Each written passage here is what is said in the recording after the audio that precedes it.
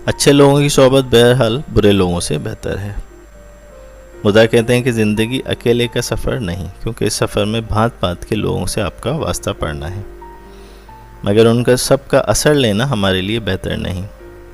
कई बुरी आदतें जैसे सिगरेट नोशी वगैरह बुरी सोहबत ही का असर होती हैं। जान लें कि जब हम अमीर होते हैं और कामयाब होते हैं तो लोग हमारे करीब आना चाहते हैं, मगर असल दोस्त उस वक्त सामने आता है जब हम मुश्किल में होते हैं। लिहाजा ऐसे लोगों को दोस्त बनाएं जो आप में अच्छे और अच्छी आदतें पैदा करें। अच्छे दोस्त अच्छाई पैदा करते हैं, नेक बनाते हैं और अच्छी रफ़ाकत देते हैं, ना कि वो जो आपको गुमराह करें और बिगाड़ दें। लिहाजा थोड़े दोस्त हों जो आपको हमेशा दस्तयाब हों मदद के लिए और बेहतर ज़िंदगी गुजारने के लिए आपकी मदद करें और आप में अच्छी आदतें तख्लीक